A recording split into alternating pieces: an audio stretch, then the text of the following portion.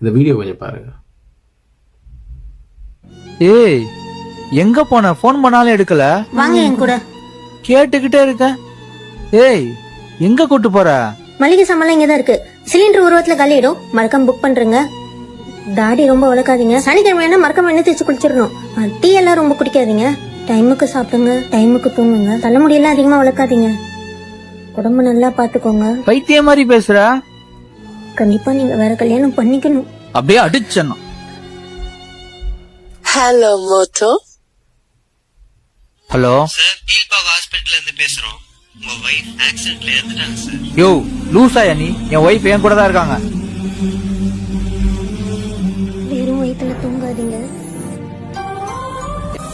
இங்க நிறைய பேர் வந்து நீ பெருசா நான் பெருசான்னு சொல்லி கணவன் மனைவிக்குள்ளேயே நிறைய ஈகோ பிரச்சனை வரணும், சண்டை வர்றது. மேக்சிமம் கணவன் மனைவி சண்டை எல்லாம் வந்து ஒரு நாளைக்குள்ள முடிஞ்சிடணும். ஏன் சண்டை பிடிச்சி 5 நிமிஷத்துக்குள்ளே முடிஞ்சிடணும்.